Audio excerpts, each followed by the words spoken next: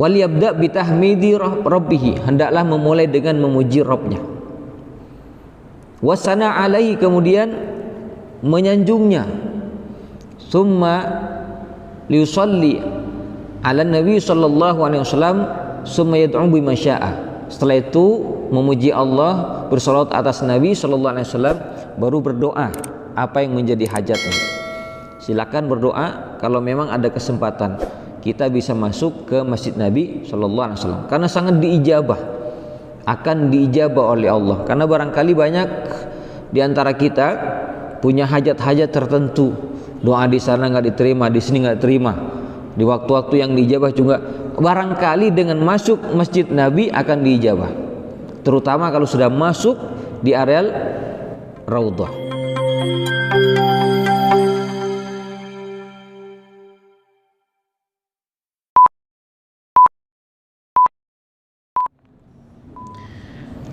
Bismillahirrahmanirrahim. Alhamdulillah, wassalatu wassalamu ala Rasulillah wa ala alihi wa sahabatihi wa mawalah. Allahumma anfa'na bima 'allamtana wa 'allimna ma yanfa'una wa zidna 'ilma. Allahumma inna na'udzubika min qalbin la yakhsha wa min nafsin la tashba wa min 'ilmin la yanfa' wa min da'watin la yustajabu laha wa karaman ya rabbal alamin. Para jamaah, para hadirin, para mustami'in, alhamdulillah kita bersyukur kepada Allah atas nikmat yang diberikan, karena kita semua membutuhkan kepada Allah. Kita butuh terhadap rahmatnya, pertolongannya, nikmat-nikmatnya. Karena itu jangan pernah merasa bosan untuk senantiasa memuji Allah. Dalam sebuah riwayat, sahabat Rasul yang bernama Umar bin Al-Khattab radhiyallahu anhu, beliau pernah berkata, saya tahu tentang Subhanallah dan Allahu Akbar, tentang maknanya, maksudnya. Famalhamdulillah, tapi tentang alhamdulillah apa? Maka dijawab oleh Ali bin Abi Thalib radhiyallahu an, kalimatun radhiyahallahu biha, kalimatun radhiyahallahu li nafsi. Satu kalimat yang Allah ridha terhadap dirinya. Maknanya, apabila kita membaca, memuji Allah dengan membaca alhamdulillah, Allah ridha, Allah senang. Karena itu merupakan bentuk pengakuan kita bahwa kita ini memang lemah, tidak pantas untuk memuji antar sama kita.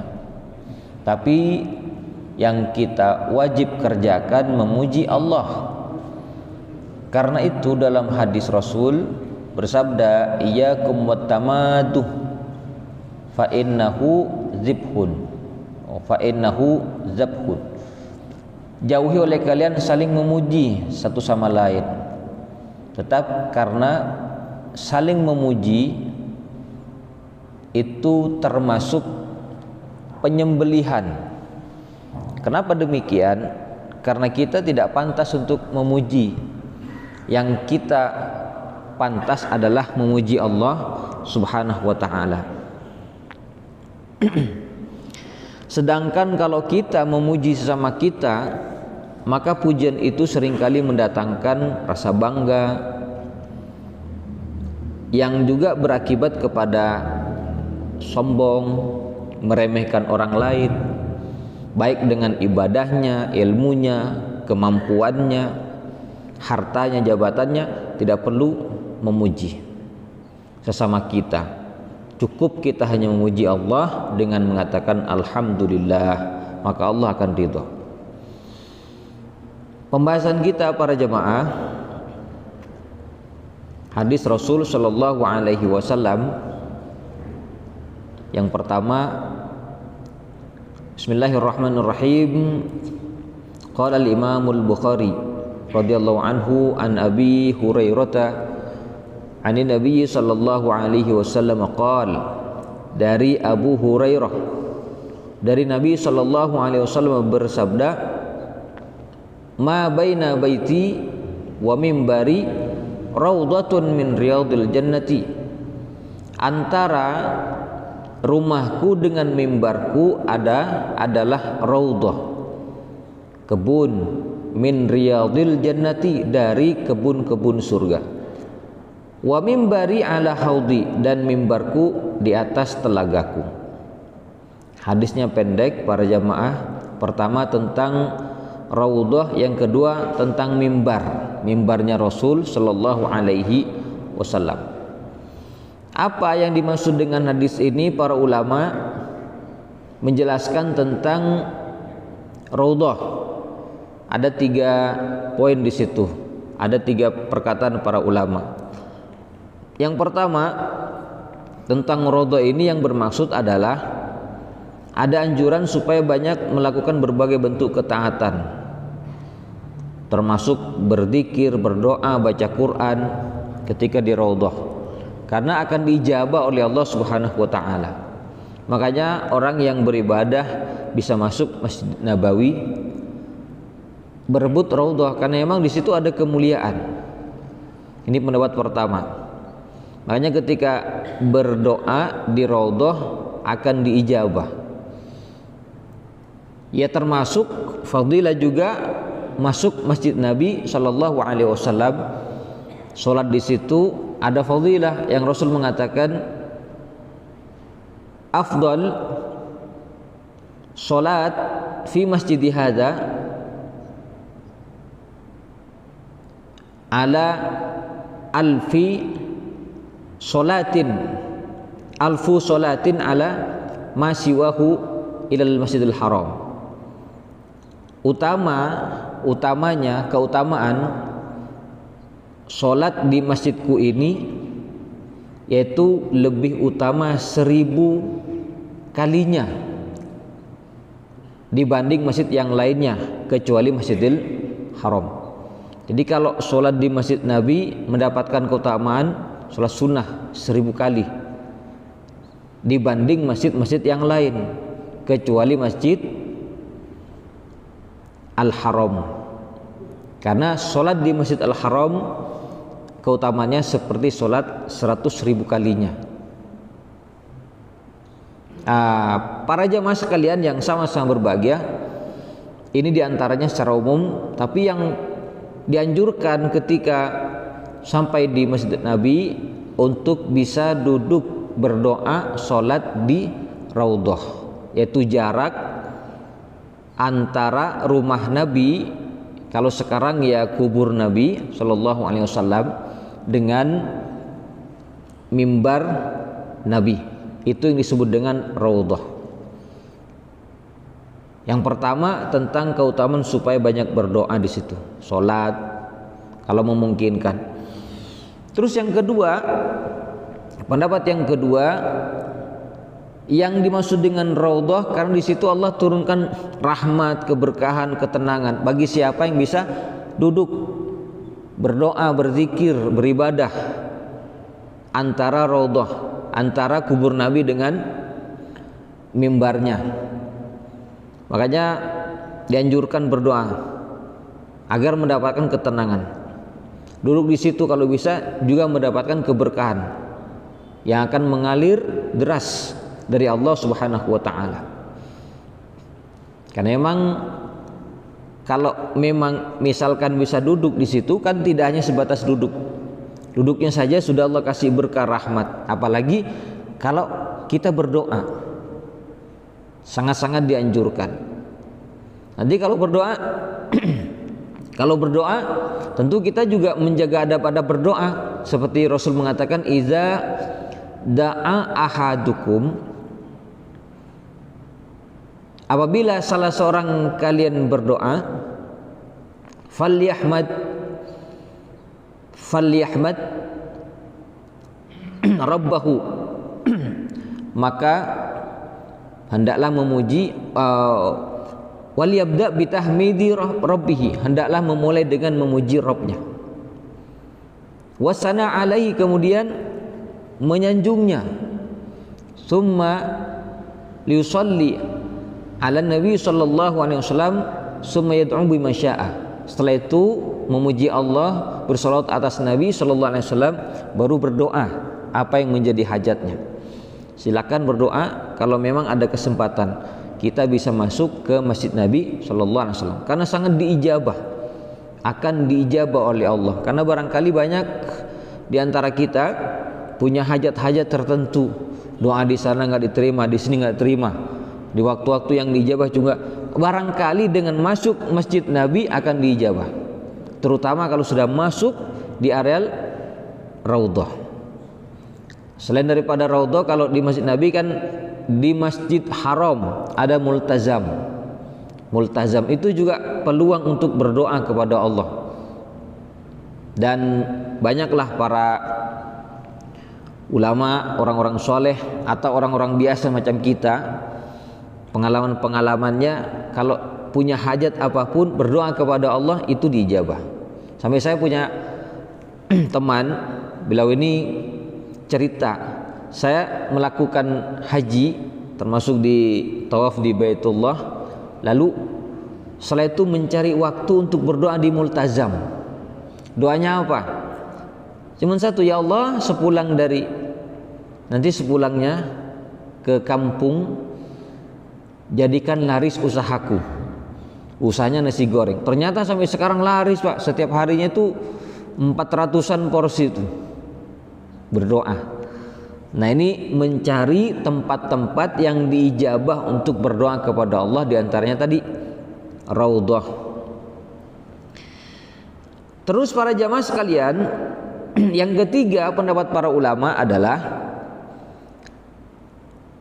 karena Rasul mengatakan raudhatun min riyadil jannati, ini maknanya hakikat, salah satu dari kebun-kebun surga, yang berarti jarak antara rumah Rasul dengan mimbarnya akan betul-betul menjadi kebun surga.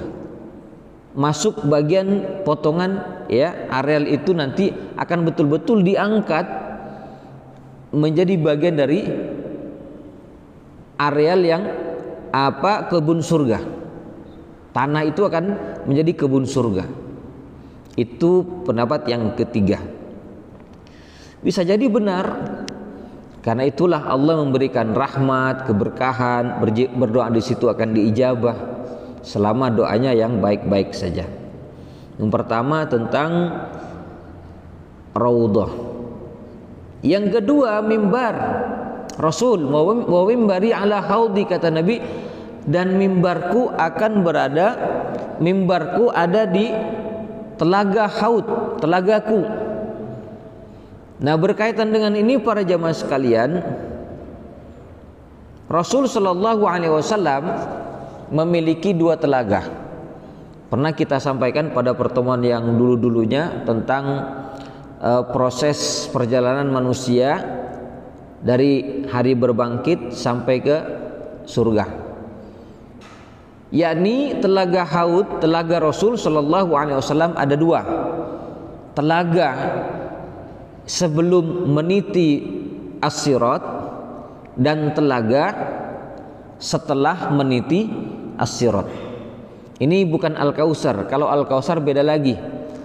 Kalau Al-Kautsar milik Rasul kan, sering kita dengar ayatnya, inna a'tainakal kautsar. Sesungguhnya kami telah memberikan kepadamu ya Rasulullah telaga Al-Kautsar. Nah, kalau Al-Kautsar ini beradanya di dalam surga, sedangkan telaga Al-Haud itu di luar surga. Yang satu sebelum as-sirat, yang satunya setelah as-sirat. Maka Rasul sallallahu alaihi wasallam mimbarnya nanti akan diletakkan di telaganya. Kapan? Ketika di hari kiamat. Dan ketika itu Rasul sallallahu alaihi wasallam di atas mimbarnya akan menyeru manusia, terutama telaga yang sebelum meniti as-sirat. Karena setelah manusia dihisab oleh Allah Subhanahu wa taala, prosesnya yang panjang, maka umat Rasul sallallahu alaihi wasallam nanti kan berbondong-bondong menuju Rasulullah, dan Rasul di atas mimbarnya memanggil-manggil, telah mendahului umatnya, seperti hadis Rasul, ana faratukum alal haud, saya mendahului kalian kepada al-haud. Nah, melihat Rasul umatnya mendekat, nah ternyata di antara umatnya tidak ada yang tidak bisa mencapai al-haud. Yang lain sudah mencapai minum, ternyata di antara umatnya ada yang tidak bisa mencapai itu. Maka bertanya, Rabbi ummati ummati, ya Allah itu umatku. Dalam hadis yang lain, ashabi ashabi, ya Allah itu kan sahabatku. Maka ada jawaban, innaka la tadri ma ahdatsu ba'daka, kamu tidak tahu apa yang telah mereka adakan setelah engkau meninggal, sepeninggalmu. Nah, dalam penjelasan para ulama di sini, ma ahdatsu ba'daka artinya ma badalu ma badalu dinahum ba'dak. Ada yang mengartikan, kamu tidak tahu ya Rasulullah, setelah engkau meninggal mereka mengganti agama. Jadi yang dimaksud dengan ahdas, mengada-ngada, artinya merubah agama. Bid'ah besar, bukan bid'ah kecil, bid'ah besar. Karena itu tidak bisa mencapai telaga al-haud. Nah, tentu kalau kita bicara tentang bab bid'ah lagi pembahasan yang sangat luas. Pernah kita bahas pada pertemuan yang dulu juga. Dan itu dijelaskan dalam kitab Al-I'tisam, kitab tebel, kupas tuntas tentang masalah bid'ah yang sangat banyak. Ada bid'ah ringan, hukumnya makruh. Ada bid'ah shaghirah, hukumnya dosa kecil. Ada bid'ah kabirah, dosa besar. Ada bid'ah kufrun syarrah, kufur yang bisa mengeluarkan seseorang dari agamanya. Nah, masing-masing nggak bisa divonis menggunakan hadis ini. Kalau bid'ahnya ringan-ringan, makruh-makruh, kan nggak mungkin dipakai. Kalau kamu melakukan suatu bid'ah mengada-ngada setelah Rasul, nanti kamu terancam tidak bisa mencapai telaga Rasul Shallallahu Alaihi Wasallam. Padahal itu cuma perkara yang makruh saja. Tapi kita tidak akan membahas masalah ini. Yang paling penting tentang bagaimana kita nanti ketika dipanggil oleh Rasul Shallallahu Alaihi Wasallam di atas mimbarnya, kita bisa mencapai telaga itu. Karena telaganya Rasul Shallallahu Alaihi Wasallam digambarkan oleh dalam banyak riwayat, panjangnya perjalanan sebulan, lebarnya perjalanan sebulan. Aniyatuhu adadan nujum, jumlah gelasnya sebanyak bintang-bintang, terbuat dari emas. Airnya lebih manis daripada madu, lebih putih daripada salju, lebih dingin daripada es. Terus tanahnya misik. Lah ini nggak bisa dibayangkan, Pak. Terus ada yang bertanya, orang-orang liberal itu mungkin bertanya, masa iya ada yang lebih dingin daripada es? Di dunia saja kita nggak kuat kok tinggal di atau memegang es yang begitu dinginnya. Bagi Allah untuk membuat yang demikian sangat mudah. Karena sesuatu yang di dunia kita tidak mampu, kalau sudah di akhirat Allah jadikan mampu. Kecuali dimasukkan ke dalam neraka dengan misalnya, itu juga kita tidak akan mampu. Tapi kalau sudah masuk di surga atau meminum telaga al-haud yang sangat dingin, yang sangat manis, Allah kasih kemampuan begitu dinginnya. Seperti apa kita tidak akan tahu. Makanya berkaitan dengan akhirat itu sangat tidak masuk di akal kita. Bagi Allah mudah, karena Allah ala kulli syai'in qadir, maha berkuasa atas segala sesuatu. Ini hadis yang pertama. Semoga kita bisa mencapai telaganya Rasul Sallallahu Alaihi Wasallam sebagai umatnya yang betul-betul melaksanakan perintah dan sunnahnya. dan semoga kita diselamatkan dari perbuatan bid'ah-bid'ah, terutama bid'ah yang besar. Hadis yang selanjutnya para jamaah, An Jabir ibni Abdillah qala, dari Jabir bin Abdullah berkata, kana Rasulullah sallallahu alaihi wasallam, adalah Rasulullah sallallahu alaihi wasallam, yu'allimunal istikharata fil umuri kulliha, mengajari kami tentang istikharah dalam semua perkara, dalam semua urusan. Istikharah, meminta pilihan kepada Allah. Kama yu'allimuna surata minal Qur'ani, seperti mana telah mengajari kami surat dari Al-Qur'an. Yaqul, bersabda beliau, idza hamma ahadukum bil amri falyarka rak'atain. Apabila kalian punya keinginan, salah seorang kalian punya keinginan terhadap satu urusan, falyarka, maka rukuklah, solatlah 2 rakaat, min ghairil fardhati, dari selain solat faridah yang wajib, berarti solat sunnah istikharah. Summa liyaqul, kemudian berdoa, Allahumma inni astakhiruka bi'ilmika wa astaqdiruka biqudratika wa as'aluka min fadlikal azim fa innaka taqdiru wa la aqdir wa ta'lamu wa la a'lamu wa anta 'allamul ghuyub. Yang artinya, ya Allah, sesungguhnya aku meminta pilihan kepadamu dengan ilmumu, dan aku minta kemampuan dengan kudratmu, kemampuanmu, dan aku meminta keutamaan darimu yang mulia.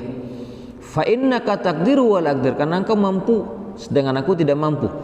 Wa ta'lamu wa la a'lam, engkau tahu, aku tidak tahu. Wa anta 'allamul ghuyub, engkau mengetahui terhadap perkara yang gaib. Allahumma in kunta ta'lam anna hadzal amra khairul li fi dini wa ma'ashi wa aqibati amri. Ya Allah, jika engkau mengetahui bahwasanya urusan ini baik bagiku dalam agamaku, kehidupanku dan akibatnya urusanku, au qala ajil amri au ajilihi, atau dia membaca ditambah dengan bacaan urusan cepat maupun lambatnya urusanku, faqdir huli, maka tetapkanlah untukku, takdirkanlah. Wayassir huli, dan mudahkan bagiku. Summa barik li fihi, kemudian berkahi untukku.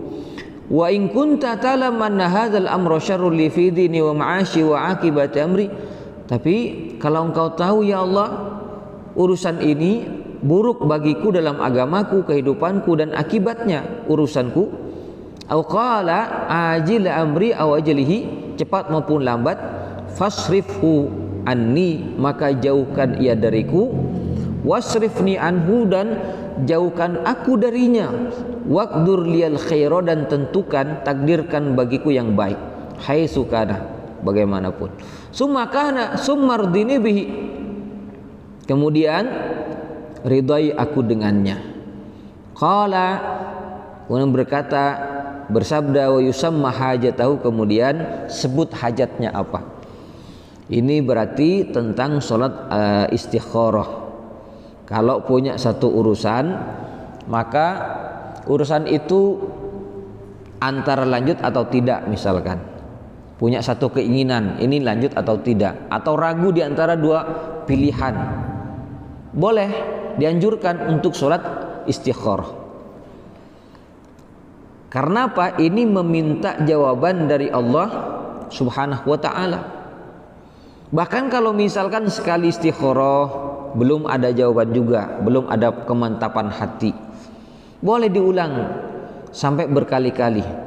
Seperti hadis Anas kepada Rasul sallallahu alaihi wasallam, Rasul bersabda, "Idza hamamta bi amrin," kalau kamu punya keinginan terhadap satu urusan, fastakhir rabbaka, sab'a marrat, kamu minta pilihan kepada Rabbmu 7 kali, berarti sholat 7 kali.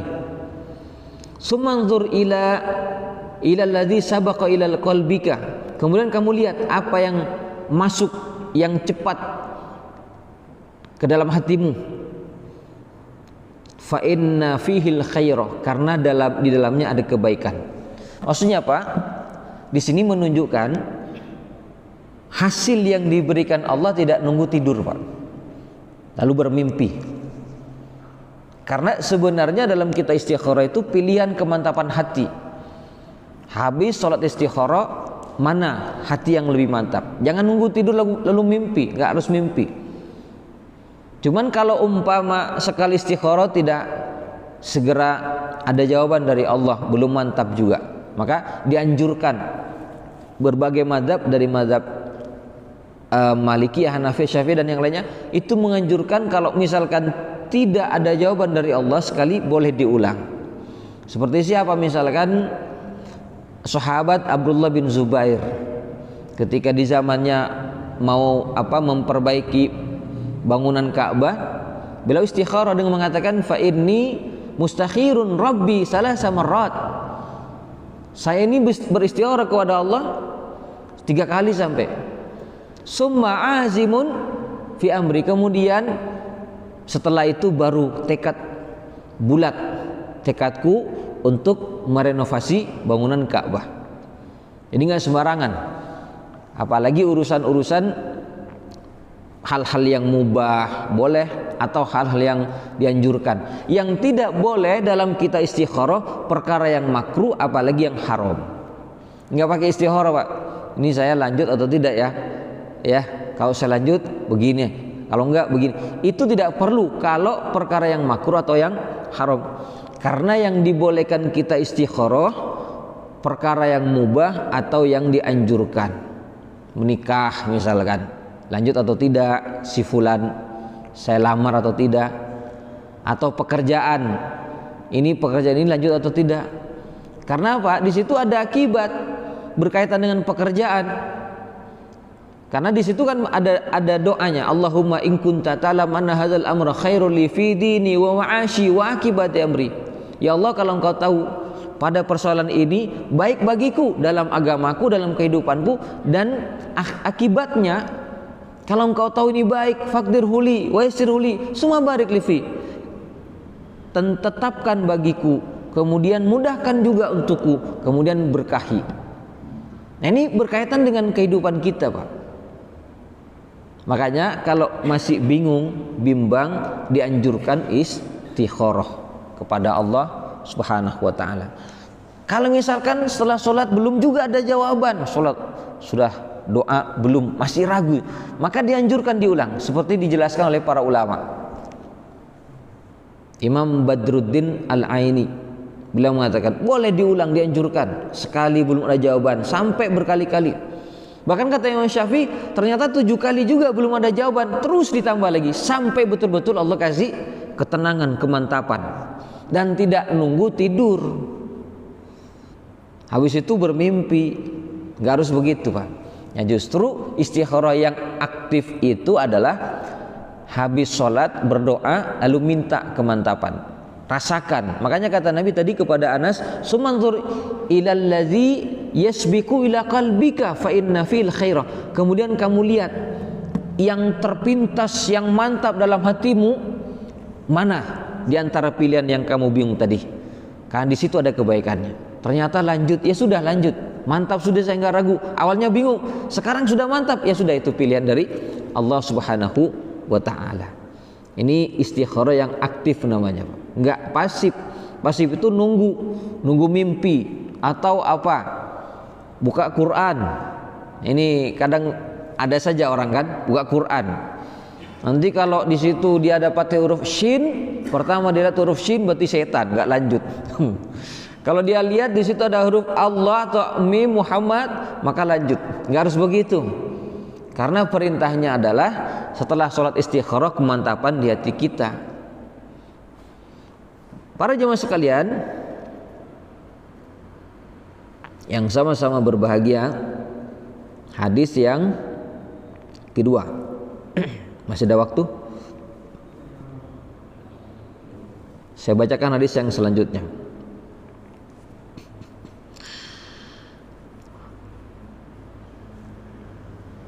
An Quraibin sa'altu umma Salamata anir raq'ataini ba'dal asri.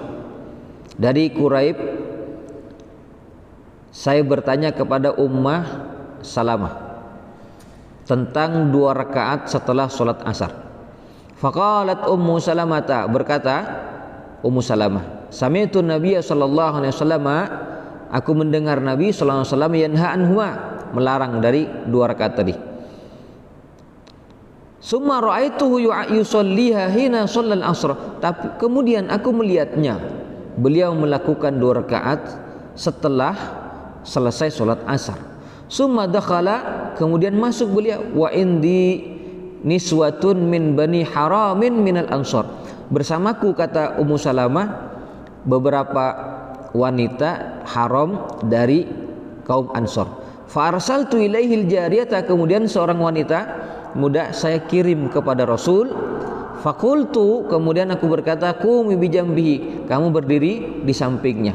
Fakuli, lalu katakan kepadanya, kepada beliau, taqulu laka Ummu Salamata, telah berkata kepada engkau ya Rasulullah Ummu Salamah, maksudnya bertanya kepada engkau Ummu Salamah, ya Rasulullah sami'tuka tanha an hataini salat rakaataini, aku telah mendengar engkau melarang dari 2 rakaat ini setelah sholat asar. Wa araka tusallihima, tapi aku melihat engkau melakukannya. Fa in asyara biyadihi, kata Ummu Salamah kepada perempuan tadi yang diutus, kalau Rasul memberi isyarat dengan tangannya, fastakhiri anhu, maka mundur. Kan suruh berdiri di dekatnya, di samping Rasul. Kalau ketika Rasul sholat, ketika itu Rasul sholat lalu memberi isyarat dengan tangannya, kamu mundur. Fa fa'alatil jariyatu, maka mengerjakan perempuan muda tadi. Fa asyara, maksudnya jariyah itu pembantunya. Fa asyara biyadi, Rasul ternyata memberi isyarat dengan tangannya. Fastakharat anhu, maka mundur ke belakang. Falamman sarafa, kemudian setelah selesai sholat, Rasul qala bersabda, ya benata Abi Umayyah, wahai putri Abi Umayyah, sa'alti an rak'ataini allataini ba'dal asri, kamu bertanya tentang 2 rakaat setelah asar kan? Wa innahu atani nasun min Abdul Qaisi, begini sesungguhnya telah datang kepadaku banyak orang dari Abdul Qais, dari suku Bahrain, utusan dari Bahrain. Fasyagaluni an rak'ataini, ternyata mereka membuat aku sibuk untuk melaksanakan 2 rakaat allataini ba'da zuhri, setelah zuhur. Rasul tidak sempat sholat ba'diyatuz zuhur 2 rakaat karena ada tamu, sibuk Rasul. Hanya sempat Rasul berjamaah sholat zuhur, habis itu langsung melayani tamu-tamunya, tidak sempat sholat sunnah. Fahumahatani, maka setelah sholat asar Rasul mengqadha. Nah, ini 2 rakaat sebelum setelah zuhur dikerjakan setelah asar. Dari sini para jamaah sekalian, hadisnya menjelaskan tentang bolehnya mengqadha sholat sunnah di waktu yang dilarang. Sholat ba'da zuhur tidak sempat dikerjakan, boleh diqadha setelah sholat asar. Padahal sholat asar itu tidak boleh kita sholat bagi orang yang sudah melaksanakan sholat asar sampai datang waktu maghrib. Dan ini dikatakan oleh para ulama bagi orang yang sudah terbiasa sholat sunnah, kemudian dia lupa atau tidak sempat, maka boleh diqadha di waktu yang dilarang. Kalau ini waktu asar, sholat duhur, sunnah sholat duhur diqadha di waktu ba'da asar. Boleh juga kalau terbiasa orang sholat sunnah fajar sebelum subuh, dia tidak sempat suatu ketika, boleh diqadha ba'da subuh. Yang tidak boleh itu bagi orang yang tidak terbiasa sholat sunnah tiba-tiba mau mengqadha. Nah, itu kata para ulama. Yang tidak boleh dia tidak pernah kerjakan sholat, tapi habis sholat subuh tiba-tiba mau mengqadha, itu yang tidak boleh. Dijelaskan oleh para ulama, kecuali sudah terbiasa suatu ketika dia tidak sempat atau lupa atau ada uzur yang lain, maka di waktu itu boleh dia mengqadha sholat sunnah di waktu yang terlarang. Dan waktu yang dilarang untuk sholat itu setelah sholat asar, bagi yang selesai sholat asar sampai datang waktu maghrib. Setelah sholat subuh sampai terbit matahari atau tulu syams, syuruk syams, terbit matahari. Terus sebelum azan duhur, tepat matahari di atas kita, bayang-bayang satu benda itu sama dengan bendanya. Berarti sebelum zawal, sebelum matahari tergelincir ke barat, benda bayang-bayangnya belum bergeser ke timur. Jadi misalkan kita berdiri, matahari di atas kita, lalu bayang-bayang kita tepat di bawah kita, itu dilarang sholat. Dijelaskan di sini sekitaran rubu' sa'ah. Rubu' sa'ah itu seperempat jam, sekitar 15 menitan lah. Baru kalau sudah bergeser matahari ke barat, terus kelihatan bayang-bayang kita sudah geser ke timur, di saat itu sudah masuk waktu zuhur. Para jemaah sekalian yang sama-sama berbahagia, ini kelihatan lama ini waktunya nih, karena 1 menit. Oke, terus selanjutnya di sini ada penjelasan. Ada penjelasan bolehnya memberikan isyarat dalam sholat. Memberikan isyarat seperti Rasul tadi memberikan isyarat, suruh mundur, jangan mendekat-dekat dulu, jangan maju, tunggu, maksudnya tunggu sampai selesai sholat. Termasuk memberikan isyarat hal-hal yang lainnya. Kalau misalkan ada tamu datang ke rumah, kita sholat, ya salam, kita sholat, kan nggak mungkin kita langsung membatalkan sholat kita. Apa yang bisa kita kerjakan? Boleh dengan memberikan isyarat, menyaringkan takbirnya, misalkan menyaringkan takbirnya Allahu Akbar. Nah, berarti tapi kalau orang tahu mesti dia, oh ini sedang sholat, kecuali tidak tahu kalau orang takbir itu sholat. Saya kira demikian, mudah-mudahan bermanfaat dan mohon maaf atas segala kekurangan. Wassalamualaikum warahmatullahi wabarakatuh.